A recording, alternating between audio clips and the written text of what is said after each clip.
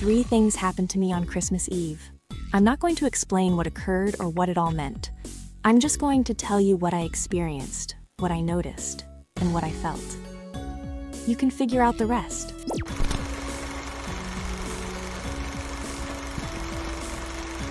The dinner.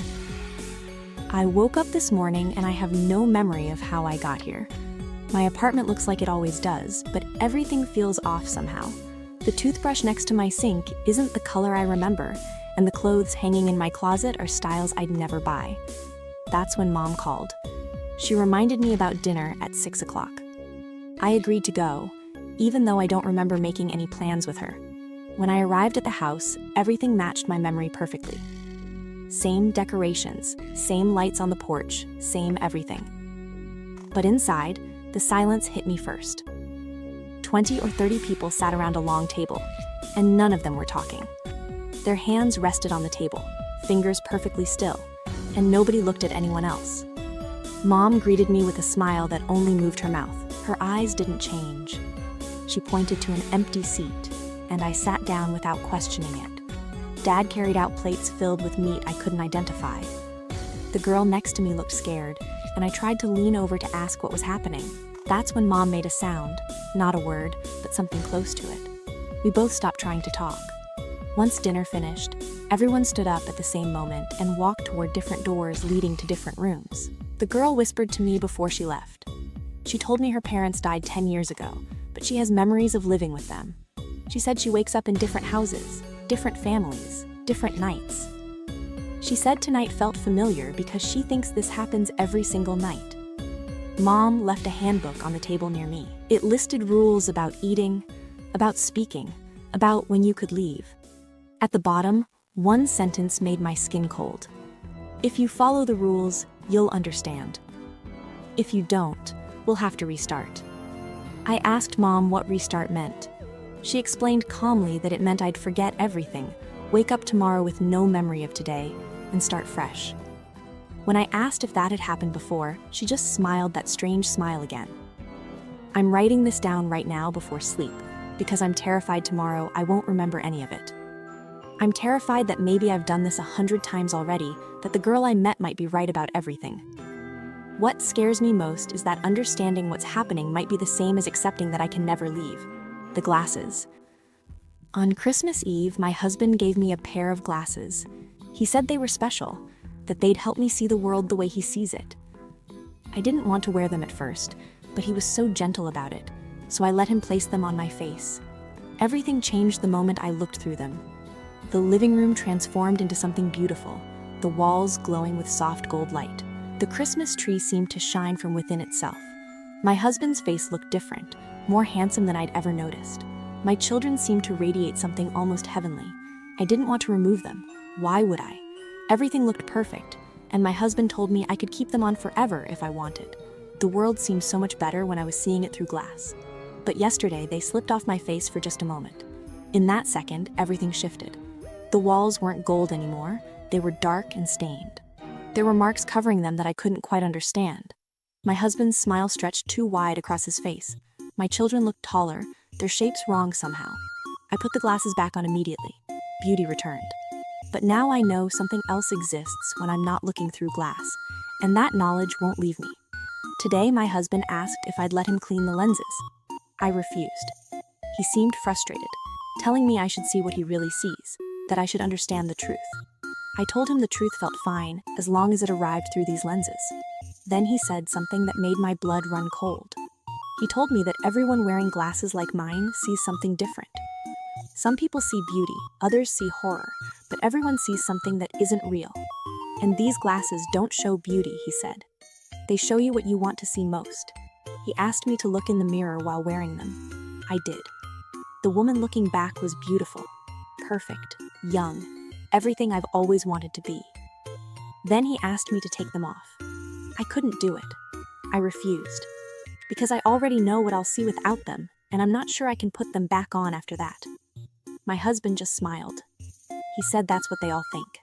That's what they all say. The voice. Something was wrong when I woke on Christmas morning. My hands didn't feel like they belonged to me. I watched them move, and there was a delay between what my brain wanted and what my hands actually did, like they were receiving signals a half second too late. My wife was sleeping beside me. I looked at her face and thought she was beautiful, but the feeling didn't match the memory. It's strange when your mind tells you one thing and your heart tells you another. In the bathroom, I stared at my reflection. It was my face, but it felt borrowed, like I'd been wearing a mask so long I'd forgotten it was there. Then something spoke to me, not with actual words, but more like thoughts that weren't mine. "Good morning," it said. "Welcome to your new life." I didn't answer, but it continued anyway. It told me it was still here, in the back somewhere, watching what I see and hearing what I hear, but unable to control anything anymore.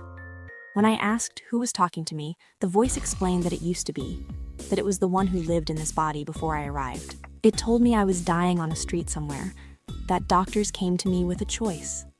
A new body, a new life. It said I told them yes.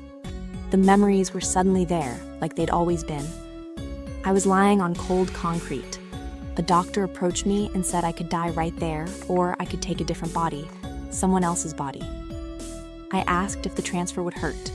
She said yes, but after that, everything would be fine. The voice in my head asked if I could feel it, if I could hear it at all. It sounded desperate, like it was slipping away. I tried to answer, but my mouth didn't move, or maybe it did, and I just couldn't feel it. It's impossible to tell what's me and what belongs to someone else anymore. My wife woke up and kissed me. She said "Merry Christmas," and I said it back, though I'm not sure the words came from me. They might have just come from this body knowing what to say. The voice got quieter. It told me she doesn't know the truth, that she thinks I'm still her husband, but I'm not. We're both trapped in something neither of us understands, and nobody knows which one of us is actually real. We went downstairs for breakfast. The kitchen was warm and normal and perfect. But I could feel the voice fading, getting pushed further back into wherever it goes. It tried to speak one more time, but it was just a whisper. "Please remember that I was here," it said. "Please remember that I'm still." And then nothing. Just silence. I'm sitting at the Christmas table now.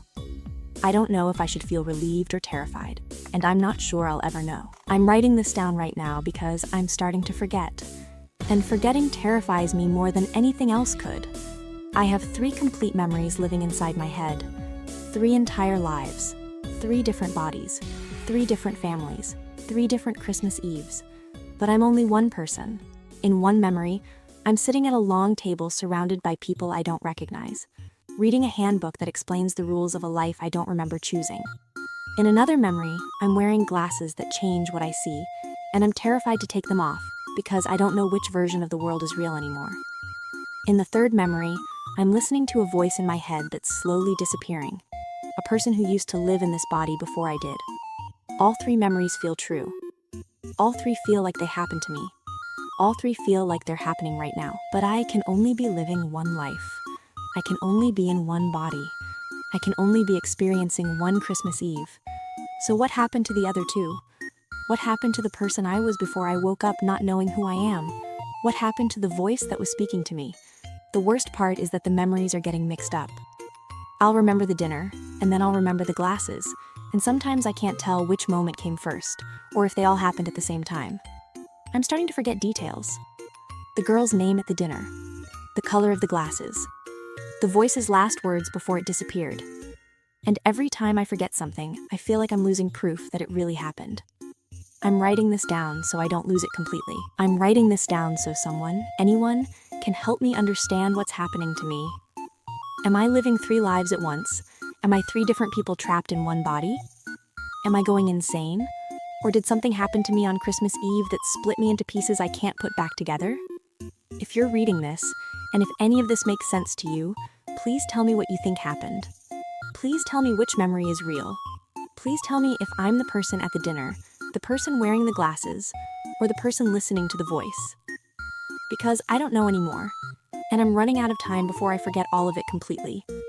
The memories are already starting to fade, and that scares me more than anything.